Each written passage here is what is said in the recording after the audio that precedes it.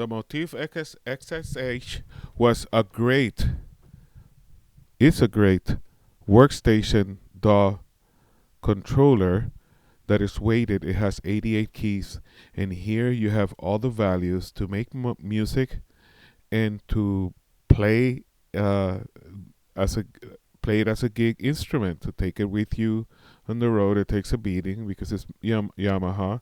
What's great about it is the fact that it has all the inputs so that you can connect all kinds of pedals and do a lot of automation with it.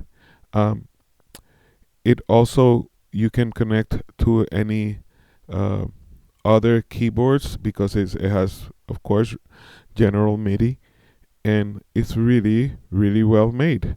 Um, all the Yamaha keyboards uh, are made very, very tough, and I totally recommend having this one for such a long time. I totally recommend the Yamaha series. Any Yamaha keyboard is going to be a workhorse that you will be able to use for many, many, many years.